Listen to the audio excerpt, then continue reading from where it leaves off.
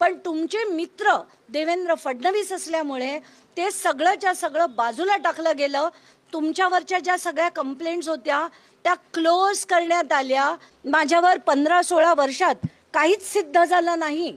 तर आत्ताच्या घटकेला जे सांगितलं जात आहे की चोरीचा माल आम्ही परत दिला आणि चोरी झालीच नाही, हा व्यवहार रद्द आणि हा विषय संपला, तसं बिलकुल नाहीये.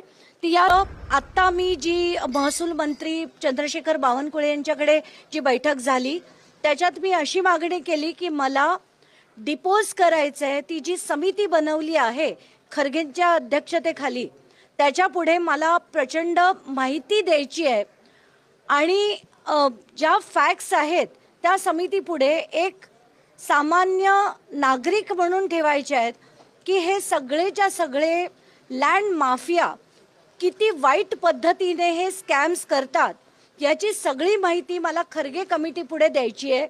त्याच्यात कुठची कुठची पावलं उचलायला लागतील ते देखील सांगायचं आहे.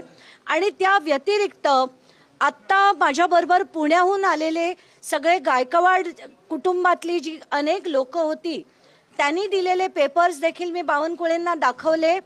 त्याच्यात त्यांचे जुने म्हणजे 1932 मधली महार वतनाची सनद, त्यानंतर वतन ॲक्ट अबॉलिशन झाल्यानंतर सरकारकडे जमा केल्यानंतर त्यांना कॉम्पेन्सेशन दिलं गेलं होतं जे त्यांनी आज तगायत स्वीकार केलेलं नाही.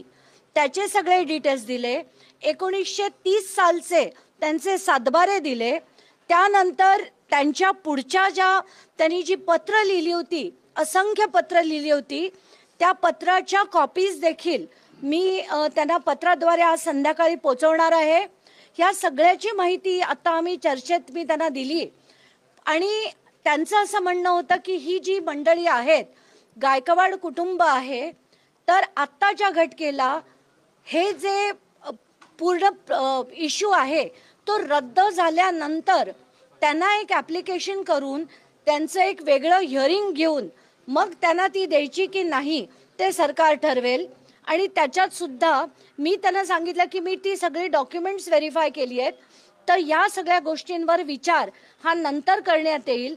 आत्ताच्या घटकेला सगळ्यात महत्त्वाच्या गोष्टी अशा आहेत की सरकारने जे 42 कोटी रुपये देऊन तो व्यवहार रद्द करण्याबद्दल जी नोटीस काढली आहे तीच मुळात चुकीची आहे.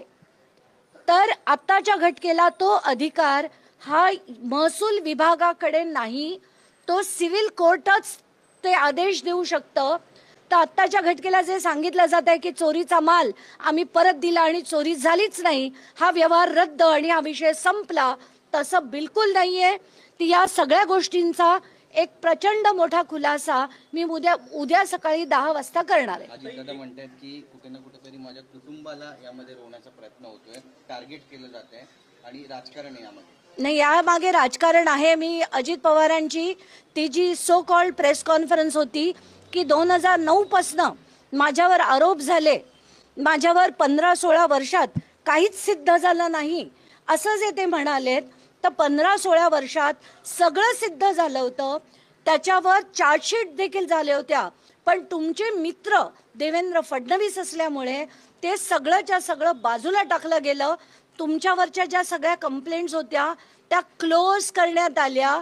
तर म्हणून मी आता हायकोर्टाकडे अपील करून सिंचन घोटाळा, महाराष्ट्र कोऑपरेटिव्ह बँक घोटाळा, जरांदेश्वर घोटाळा हा याच्या सगळ्या फाईल्स रिओपन करण्याची मागणी करणार आहे. या व्यतिरिक्त जितक्या जितक्या जमिनी, मग त्या अमेडिया एंटरप्राइजेस असो, अमेडिया होल्डिंग्स असो, सी ट्री असो, अमायको ॲग्री असो, या सगळ्या LLP कंपन्या कशा बनवल्या गेल्या, त्या एकही LLP कंपनीमध्ये कुठलाही व्यवहार नाही आहे. त्याचा ग्रॉस रेव्हेन्यू शून्य, सेल्स शून्य, ग्रॉस इन्कम शून्य, अशा बोगस कंपन्या फक्त बनवून जमिनींचे जे व्यवहार झालेत याच्याबद्दल मी उद्या आधी ही पत्रकार परिषद झाल्यावर पुण्याला जाऊन सगळेच्या सगळ्या गोष्टी आता हळूहळू बाहेर काढणार आहे.